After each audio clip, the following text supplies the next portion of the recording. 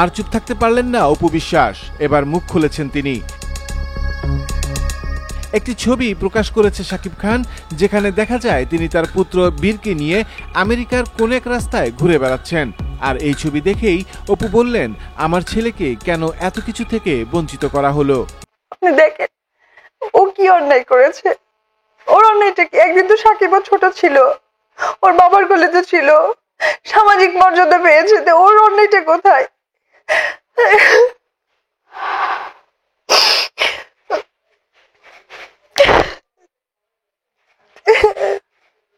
তবে অবশ্যই আপনারা আমার সন্তানের জন্য শুধু দোয়া করবেন, ও যেন অনেক ভালো থাকতে পারে, ও মানুষের মতো মানুষ হতে পারে, আমি যেন ওকে একজন মানুষ করতে পারি।